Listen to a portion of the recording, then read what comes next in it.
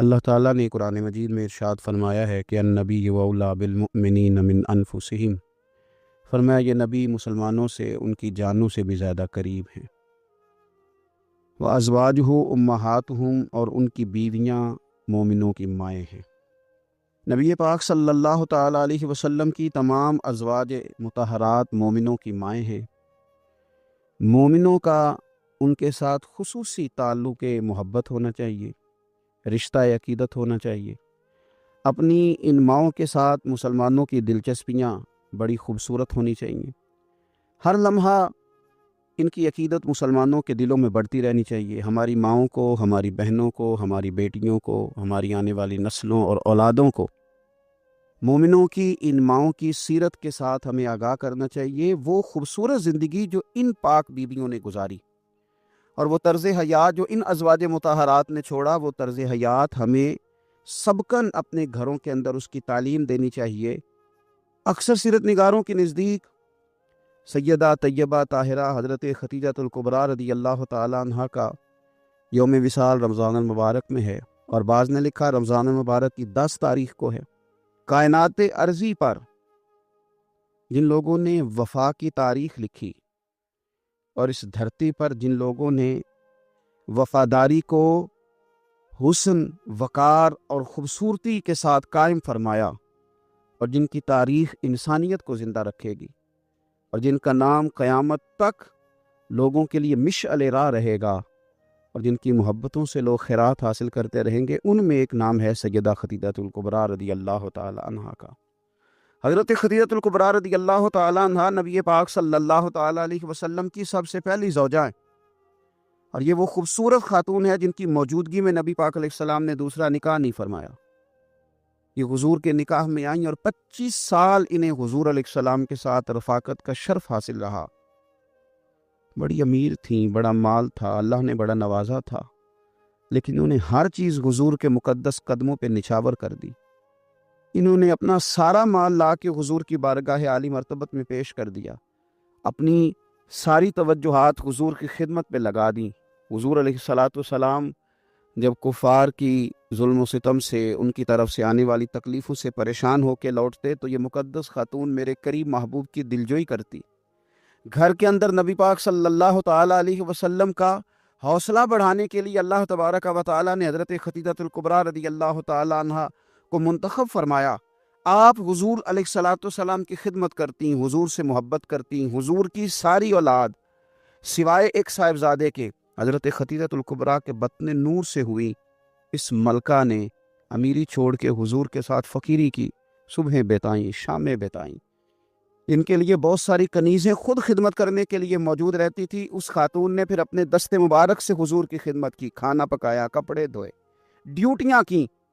قربان جائیں، حضرت عائشہ صدیقہ رضی اللہ تعالیٰ عنہ فرماتی ہیں میں نے رشک کیا ہے ساری زندگی حضرت خدیجہ الکبریٰ پر۔ اتنا ذکر حضور کرتے گھر میں ان کا، اتنا ذکر کرتے، اور کبھی ہم ذکر چھیڑ دیتے تو حضور آپ حضرت خدیجہ کا ذکر کرتے ہیں تو پھر تو حضور اور زیادہ سیدہ خدیجہ کا تذکرہ کرتے، اور زیادہ محبت کے ساتھ ان کی بات کرتے۔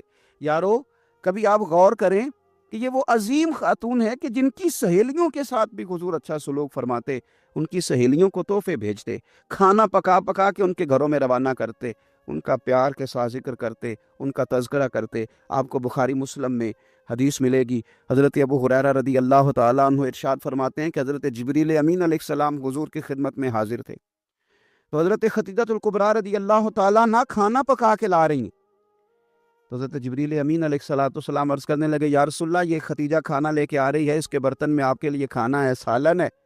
حضور جب خدیجہ آ جائے تو اسے اس کے رب کا سلام کہہ دیجیے گا، رب نے ان کے لیے سلام بھیجا ہے، انہیں اللہ کا سلام کہہ دیجیے گا، رب کریم نے سلام بھیجا ہے۔ اور فرمایا رب کریم نے ان کے لیے جنت میں ایک گھر بنایا ہے اور میں اس کی بشارت دینے آیا ہوں، وہ موتیوں سے بنا ہوا گھر ہے جس کے اندر کوئی شور نہیں ہوگا، کوئی تکلیف نہیں ہوگی، جو رب کریم نے سیدہ خدیجہ الکبریٰ کے لیے بنایا۔ بڑا بڑا لوگ مدر ڈے مناتے ہیں، ماؤں کا دن مناتے ہیں، ماؤں کے لیے لفظ کہے جاتے ہیں، شعر کہے جاتے ہیں، پھول بھیجے جاتے ہیں، پیار کی بولی بولی جاتی ہے۔ کائنات میں اگر لوگوں نے مدر ڈے منانا ہے، ماں کا دن منانا ہے، تو سیدہ خدیجہ الکبریٰ کا دن منایا جائے۔ اس ماں کا دن منایا جائے جس نے ماؤں کا وقار بلند کیا، اس عظیم خاتون کا دن منایا جائے جس نے لوگوں کو بتلایا کہ کائنات میں وہ بیویوں جن کے خاوند، جن کے شوہر دنیا میں کوئی بڑا کام کر رہے ہیں، وہ عورتیں اپنا کردار اس طرح کا بنائیں کہ وہ معاون بن جائیں، وہ مددگار بن جائیں۔ اگر وہ عورتیں حضرت خدیجہ الکبریٰ رضی اللہ تعالیٰ عنہا کا نقش قدم تلاش کر لیں گی، ان کا اسوہ نور اپنا لیں گی، تو ہو سکتا ہے کہ ان کے خامد اگر کوئی خیر کا کام کر رہے ہیں، کوئی بھلائی کا کام کر رہے ہیں، کوئی خدمت دین متین کر رہے ہیں، اس اسوہ کو اپنانے کی وجہ سے وہ ڈبل کام کر سکیں گے، شوہر پہلے سے زیادہ خدمات سر انجام دے سکیں گے۔ اس خاتون نے اپنی وفاؤں کا رخ اس طرح موڑا کہ اگر میں کہوں کہ وفا کا دوسرا نام ہی سیدہ خدیجہ الکبریٰ ہے، اگر میں کہوں کہ ادب کا دوسرا نام ہی سیدہ خدیجہ الکبریٰ ہے، اگر میں کہوں کہ شوہر کی فرما برداری کو کسی ایک جملے میں سمیٹا جا سکتا ہے تو اس جملے کا نام سیدہ خدیجہ الکبریٰ ہے۔ سلام اس ماں پر جس ماں نے ہمارے پیارے محبوب علیہ الصلوۃ والسلام کو اتنا زیادہ پیار کیا کہ حضور سید عالم ان کے پاس آتے تو تسلی محسوس کرتے، کریم ان کے پاس جب تشریف لاتے تو حضور اپنے دل کو راحت میں محسوس کرتے۔ حضور علیہ الصلوۃ والسلام نے ان کے وصال کے سال کو غم کا سال قرار دیا۔ آؤ اس ماں کو خراج تحسین پیش کریں، اس ماں کا ذکر کریں، 10 رمضان مبارک کا سارا دن اس ماں کا ذکر کر کے گزاریں، ان کے لیے اپنے دل میں محبت پیدا کریں، اپنی بیٹیوں کو، اپنی بہنوں کو اور اپنے گھر والوں کو یاد کرائیں کہ یہ یوم ہے سیدہ خدیجہ الکبریٰ کا۔ اس دن کے موقع پر اپنی ماں کو سوٹ کا تحفہ پیش کریں، کپڑے خرید کے دیں، اس موقع پر اپنی بیٹی کے لیے تحفہ لیں، اس موقع پر اپنے گھر والوں کے ساتھ اپنے رویے کو نرم کریں کہ آج دن ہے سیدہ خدیجہ الکبریٰ کا۔ اے اللہ، صدقہ سیدہ خدیجہ الکبریٰ کا ہم سب کی ماؤں کو جنت میں ٹھنڈی جگہ عطا فرمانا۔ اے اللہ، صدقہ خدیجہ الکبریٰ کا جن کی مائیں موجود ہیں ان کے سائے عافیت کے ساتھ دراز کرنا۔ اللہ، صدقہ سیدہ خدیجہ الکبریٰ کا ہماری ماؤں کے حق میں رحمت والے فیصلے فرمانا۔ آخر دعوایا ان الحمدللہ رب العالمین۔ بخاری مسلم میں آپ کو حدیث ملے گی، سرور کائنات علیہ السلام کے صاحبزادے جناب ابراہیم علیہ السلام وصال فرما گئے، اور کیفیت یہ تھی کہ انہوں نے حضور کی مقدس گود میں آخری سانس لیا، داڑھی مبارک محبوب کی آنسوؤں سے بھر گئی۔ حضرت انس کہتے ہیں عرض کی یا رسول اللہ آپ بھی آنسو بہاتے ہیں؟ فرمایا میرا بیٹا گیا ہے تو آنسو نکل آئے ہیں، ورنہ میری زبان پہ وہی جاری ہے جس سے میرا رب راضی ہوتا ہے۔ اسی دن جس دن سرکار کے صاحبزادے کا وصال ہوا، اسی دن سورج کو گرہن ہو گیا۔ کچھ لوگوں نے بات جوڑ دی، کہنے لگے کہ آج چونکہ حضور سید عالم علیہ السلام کے صاحبزادے کا وصال ہو گیا تو آج دیکھو سورج کو بھی گرہن ہو گیا۔ بات جوڑ دی، غم کی کیفیت تھی، سرکار کی مقدس داڑھی آنسوؤں سے بھری ہوئی تھی، حالات کا تقاضا اور اس کی سمت کچھ اور تھی۔ حضور نے جمعے کا انتظار نہیں فرمایا، فرمایا بلاؤ لوگوں کو مسجد میں۔ لوگ جمع ہو گئے اور صحابہ فرماتے ہیں ہمارے خیال میں یہ تھا کہ یہ موقع نہیں تھا، آج نہ جہاد کے لیے کوئی حکم آنا ہے، کس مقصد کے لیے حضور نے طلب فرمایا، لیکن جب ہم گئے اتنا ضروری کام ہے نظریات کا صاف ہونا، اللہ کے محبوب نے لوگوں کو اسی دن بلا کے فرمایا لوگوں سنو، سورج اور چاند کو جب گرہن لگے تو استغفار پڑھا کرو، تسبیحات کیا کرو، نوافل ادا کیا کرو، اللہ کے حضور حاضر ہوا کرو۔ فرمایا یہ سورج اور چاند کو جب گرہن لگے تو یہ اللہ کی نشانیوں میں سے نشانی ہوتا ہے، کسی بندے کے دنیا سے جانے کا اس کے ساتھ کوئی تعلق نہیں۔ تم نے اپنے ذہن کو ٹھیک رکھنا، افکار کو ٹھیک رکھنا، کسی بھی قسم کی تم نے اوہام پرستی کا شکار نہیں ہو۔ مضبوط رہیں، مضبوط رہیں، اٹھ باندھ کمر کیوں ڈرتا ہے، پھر دیکھو خدا کیا کرتا ہے۔ آپ مضبوط رہیں، جب مضبوط رہیں گے تو انشاءاللہ توانائی اللہ کی طرف سے عطا کر دی جائے۔ دوسری بات، نبی پاک صلی اللہ تعالیٰ علیہ وسلم نے تمام انبیاء کرام علیہ السلام کے بارے میں لوگوں کے ذہنوں کی اصلاح کی۔ آپ کبھی قرآن حکیم کا مطالعہ فرمائیں، احادیث مبارکہ کو پڑھیں تو میرے محبوب کریم کی شان یہ ہے کہ حضور انبیاء کی شانیں بیان کرتے۔ حضرت موسیٰ کلیم اللہ ہیں، کس نے ہمیں بتایا؟ قرآن و حدیث نے بتایا۔ شانیں بیان کی نبیوں کی، عظمتیں بیان کی۔ حضرت ابراہیم خلیل اللہ ہے، یہ ہمیں قرآن نے بتایا، حضور نے بتایا، لیکن ساتھ ہمیں یہ بھی بتایا کہ ہیں یہ اللہ کے بندے، ہیں یہ اللہ کے رسول۔ نبی پاک صلی اللہ تعالیٰ علیہ وسلم نے افکار اور نظریات انبیاء کے بارے میں لوگوں کے درست فرمائے۔ مجموع الزوائد میں حضرت مولا علی شیر خدا رضی اللہ تعالیٰ عنہ کی حدیث مروی ہے، ایک بدو آ گیا حضور کی بارگاہ میں کچھ مانگنے کے لیے۔ مولا کائنات رضی اللہ تعالیٰ عنہ فرماتے ہیں سرکار جب کسی بات کا جواب نہ دینا چاہتے تھے تو خاموش ہو جاتے تھے، کچھ دیر خاموش رہتے تھے، اور حضور کا خاموش رہنا بھی ہمارے محدثین نے محفوظ کیا ہے۔ اقسام حدیث میں سے ایک حدیث ہے جسے حدیث تقریری کہا جاتا ہے، وہ حدیث ہے جس میں حضور خاموش رہے، کوئی کام کیا گیا تو سرکار خاموش رہے۔ حضرت مولا علی کہتے ہیں حضور نہ خاموش ہو گئے، لیکن چونکہ دیہاتی تھا، سادہ تھا، اس نے جب بار بار گفتگو چھیڑنا چاہی تو پھر حضور نے فرمایا چل پھر مانگ لے کیا مانگتا ہے، مانگ لے پھر کیا مانگتا ہے، کر سوال۔ دیہاتی تھا، سادہ آدمی تھا۔ مولا کائنات فرماتے ہیں ہمیں یوں لگا کہ اب نہ یہ آخرت اپنی سوار جائے گا، جنت کا سوال کرے گا، لیکن بڑا ہی سادہ تھا۔ مانگنے پہ بھی آیا تو کیا مانگا، کہنے لگا یا رسول اللہ صلی اللہ علیہ وسلم میں نے سفر کرنا ہے، مجھے ایک اونٹنی عطا کر دیتے۔ حضرت سلطان باہو سے کسی نے کہا کہ بڑے لوگ مرید ہوتے ہیں، تو فرمانے لگے رابطہ طالب کوئی نہیں ملے، جو ملے طالب زردہ۔ تو بہت سارے لوگ ایسے آتے ہیں جو کامل شیخ کے پاس بھی آ کے کہتے ہیں دکان کوئی نہیں چلتی، یہ تو کسی سیٹ سے مشورہ کر لیتے ہیں کاروبار چلانے کا، آپ کو ڈھنگ بتا دیتا ہوں۔ یہ یہاں آ کے بھی آپ نے یہی سوال کیا، یہاں پہنچ کے بھی یہی سوال۔ تو نبی پاک صلی اللہ تعالیٰ علیہ وسلم سے کہنے لگا ایک اونٹ دے دیں آنے جانے کے لیے۔ حضرت علی کہتے ہیں ہمیں بڑا افسوس ہوا، یار تو آیا کہاں پہ اور تو مانگ کیا رہا ہے، تو بارگاہ دیکھ اور اپنا سوال دیکھ، تو کہاں کھڑا ہے، کیا مانگ رہا۔ حضور مسکرائے اور مسکرا کر کے فرمایا کہ اونٹ تجھے دیا، چل کچھ اور بھی مانگ لے۔ حضرت علی کہتے ہیں ہم نے کہا اب جنت مانگے گا یہ حضور سے، تو بڑا ہی بولا تھا، کہنے لگا جی اگر آپ کچھ اور بھی دینا چاہتے ہیں تو اونٹ پہ ڈالنے کے لیے کجاوا بھی دے دیں۔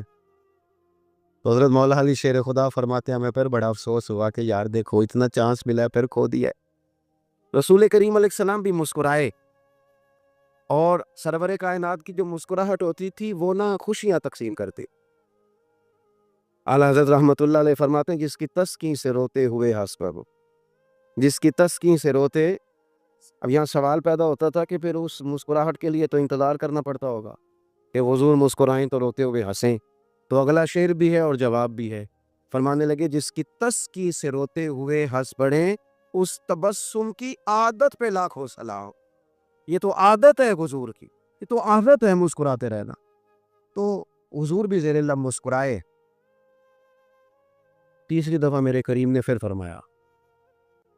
فرمایا چل مانگ لے کچھ، تجھے ایک چانس اور دیتے ہیں۔ پر مولا کائنات فرماتے ہیں بڑا ہی بھولا تھا، تیسرا چانس ملا، گویا گولڈن چانس ملا، لیکن پھر بھی وہیں کا وہیں رہ گیا۔ کہنے لگا ٹھیک ہے اگر آپ کچھ اور بھی دینا چاہتے ہیں تو میرا سفر لمبا آنے جانے کا خرچہ بھی دے دیں۔ اللہ اکبر۔ اب حضور عقائد کی بابت بتانے لگے کہ رسالت کے بارے میں، محبوب کے بارے میں عقیدہ کیسا ہونا چاہیے۔ تو حضور علیہ السلام فرمانے لگے تجھ سے تو وہ بنی اسرائیل کی بڑھیا ہی اچھی تھی یا رسول اللہ صلی اللہ علیہ وسلم، کون سی؟ تو حضور فرمانے لگے جناب موسیٰ علیہ السلام کو حکم ہوا ہجرت کریں تو آپ جانے لگے، تو پھر ارشاد خداوندی ہوا کہ جہاں حضرت یوسف علیہ السلام مدفون ہے، آپ کا مزار پر انوار ہے، اگر آپ کو جانا ہے تو پھر ان کے تابوت کو بھی آپ نکال کر کے ساتھ لے جائیں۔ حضرت سیدنا موسیٰ علیہ السلام نے لوگوں سے پوچھا تمہیں پتہ ہے جناب یوسف کا مزار کہاں ہے؟ کسی کو نہیں پتا۔ ایک بوڑھی اماں ہے ضعیف العمر، اس کو خبر ہے۔ حضرت موسیٰ علیہ السلام نے اس سے کہا اماں تو بتائے گی کہ حضرت یوسف کا مزار کہاں ہے؟ تو کہنے لگی بتاؤں گی پر مفت نہیں بتاؤں گی، یہ حضور بیان کر رہے، بتاؤں گی پر فری میں نہیں بتاؤں گی، میں نہ مفت تھوڑی بتاؤں گی۔ فرمایا چل تو اپنی قیمت بتا بتانے کی، تو کہنے لگی میں اس شرط پہ جناب یوسف کے مزار کا پتہ بتاؤں گی کہ آپ مجھے جنت میں وہ والا گھر دیں گے جس کے پڑوسی جناب موسیٰ علیہ السلام ہو۔ آپ کے پڑوس میں گھر چاہیے، تجھ سے تجھی کو مانگ کے میں نے مانگ لی ساری کائنات، وہ والا مکان چاہیے جس کے پڑوسی آپ ہوں۔ تو حضرت موسیٰ کلیم فرمانے لگے اماں چل جنت مانگ، تو نبیوں کے قریب مکان مانگ رہی ہے، وہ تو بڑا اونچا درجہ ہوگا، تو بڑی دور پہنچ گئی، اتنی بڑی سوسائٹی میں پلاٹ مانگ لیا، وہاں پہنچ گئی۔ تو بوڑھی کہنے لگی ٹھیک ہے پھر اگر یہ معاملہ ہے تو پھر ختم ہو گئی بات، اگر آپ نہیں بتاتے تو جائے میں بھی نہیں پتہ بتاتی۔ یا وہ اڑ گئی، ٹھہر گئی، اور اڑی بھی کس طرح، یہ بھی میرے اللہ کی توفیق، میری طلب بھی تو تیرے کرم کا صدقہ ہے، میری طلب بھی تو تیرے کرم کا صدقہ ہے، یہ پاؤں اٹھتے نہیں بلکہ یہ اٹھائے جاتے ہیں۔ تو وہ کہنے لگی میں نہیں پھر بتاتی، آپ کسی اور سے پوچھ لیں۔ جناب موسیٰ خاموش ہوئے تو ارشاد خدا بندی ہوا، کلیم اپنے پڑوس میں مکان دینے کا وعدہ آپ کر لیں اور مکان انہیں میں عطا کر دوں گا۔ تو حضور سید عالم صلی اللہ تعالی علیہ وسلم نے اس بدو کی موجودگی میں تربیت فرمائی صحابہ کی، یہ چیزیں بھی حضور نے عطا فرمائی۔ لیکن جب تمہیں کہا جائے مانگو تو پھر یہ کریم رسول کا دروازہ ہے، مانگیں گے مانگے جائیں گے اور منہ مانگی پائیں گے۔ سرکار میں نہ لا ہے نہ حاجت اگر کی، تو افکار کا حسن، نظریات کی پاکیزگی۔ ہمارے ہاں نا آج کل جو ہمیں لیکچر دیے جاتے ہیں نا، بالخصوص جو طلباء سائنس پڑھتے ہیں، تو وہ جب سوالات اٹھاتے ہیں تو اس میں کچھ ایسی چیزیں بھی آتی ہیں، یہ ابھی کورونا کے حالات جب پچھلے دنوں چل رہے تھے تو اس وقت 2-3 قسم کے لوگ ہوئے۔ ایک تو وہ ہوتے ہیں جو بالکل نہیں ڈرتے، کہتے ہیں بس چھوڑو، جو ہوگا دیکھا جائے گا، اور ایک وہ ہوتے ہیں جو اتنا ڈرتے ہیں کہ بیچارے اپنے سائے سے بھی ڈرنے لگ جاتے۔ تو یہ دونوں باتیں جو ہیں یہ درست نہیں ہیں۔ درست کیا ہے کہ آپ احتیاط بھی کریں گے پر بھروسہ اپنے رب کریم کی ذات پر کریں، بھروسہ اللہ۔ تو لوگوں کو ڈرایا جاتا ہے، اور جو خوف پھیلایا جاتا ہے ہمارے ہاں وہ بڑا عجیب قسم کا انداز ہے۔ قبر کو کھڑکی کوئی نہیں ہوتی، دروازہ کوئی نہیں ہوتا، آکسیجن کیسے جائے گی؟ یا آپ کبھی ٹویٹر پر مختلف بڑے لوگوں کے پیغامات دیکھیں تو موت کے بارے میں جب وہ چیزیں شیئر کرتے ہیں تو عجیب سا رنگ اس کا محسوس ہوتا کہ اللہ جانے یہ بیچارہ کہاں کھڑا ہو گیا، اور خوف، اور لوگ اس کا ذہن بنا کے ڈرتے ہیں۔ ڈرنا چاہیے، ضرور ڈرنا چاہیے، لیکن ایک بات یاد رکھیں، حضرت مولا علی فرمایا کرتے تھے کہ ڈرنا تو اپنے اعمال سے چاہیے اور ان کو درست کرنا چاہیے۔ ڈرنا تو اس چیز سے چاہیے کہ کیا ہم نے وہ راستہ اختیار کیا ہے جو قبر کو بالکل تنگ کر دے گا، جو جہنم کے گڑھوں میں سے گڑھا بنا دے گا۔ اگر وہ راستہ ہے اور اس پر آپ چلے ہوئے ہیں، آپ سخت ہو گئے ہیں، آپ نے سوچنا چھوڑ دیا ہے، آپ نے حقوق العباد کے معاملے کو ترک کر دیا ہے، آپ اپنی طبیعت کے لحاظ سے لوگوں کو ستانا مشغلہ بنا بیٹھے، آپ حلال حرام کی تمیز چھوڑ گئے، نگاہوں کی صفائی سے لے کر رزق حلال کو پیٹ میں لے جانے تک اگر غیر محتاط ہو گئے تو پھر تو خوف کھائیں۔ لیکن یہاں ان نظریات کی بابت جو حضور نے ہماری تربیت فرمائی، تو حضور نے ہمیں یہ نہیں فرمایا کہ میرا مومن ہو تو تم اسے کھڈے میں چھوڑاؤ، ہو زندگی تقوی اور محتاط رہ کر گزارنے والا اور تم اسے کھڈے میں چھوڑاؤ، یہ نہیں ہے، بلکہ فرمایا جو میرے مومن کی قبر ہوتی ہے روضۃ من ریاض الجنہ، وہ تم اسے نا کھڈے میں نہیں چھوڑ کے آئے، باغ میں چھوڑ کے آئے ہو۔ آپ باغ کا تصور کریں پھر قبر کو سوچیں، نہیں باغ میں چھوڑ کے، اور باغ بھی معمولی نہیں، جنت کے باغوں میں سے باغ، جنت کی کیاریوں میں سے، روضۃ من ریاض الجنہ۔ آپ ذرا اس اینگل سے آپ اپنی قبر کو سوچیں، اس رویے کے ساتھ۔ اگر قبر آپ کی جنت کا باغ ہے تو باغ میں جاتے بندہ ڈرتا تو نہیں، اور باغ اتنا حسین ہے کہ جس میں پہلی آنکھ کھلے گی تو پہلی نظر اٹھے گی تو مدینے والے محبوب کا چہرہ نور نظر آئے گا، اتنا شاندار باغ ہے۔ آپ اس کی رعنائی، اس کا حسن اور اس کی خوشبو کو ملاحظہ فرمائیں۔ تو حضور نے نا ہماری تربیت فرمائی۔ میں اکثر کہا کرتا ہوں احباب سے کہ انسان 10-15 سال کے بعد پردیس سے واپس لوٹے اور ماں اگر موجود ہو نا گھر میں، اتنا تگڑا استقبال کرتی ہے کہ مزہ آ جاتا ہے، اس کا بس نہیں چلتا، مکان بھی نئے بنا دے، فلانی چیز بھی نہیں لے آؤ، میرا پتر آ رہا ہے، فلانی بھی۔ تو سالوں بعد بندہ گھر لوٹے تو ماں اتنا استقبال نہیں کرتی جتنا قبر میں اللہ کی رحمت بندے کا استقبال کرتی۔ اس لیے جب یہ سوچ بن گئی تھی نا صحابہ کی حصول جنت کی، تو پھر ان کو لگاؤ ہو گیا تھا، پھر دنیا کی زندگی، جاہ و جلال، مال و دولت اتنا زیادہ وقت نہیں رکھتا تھا ان کی نظر میں۔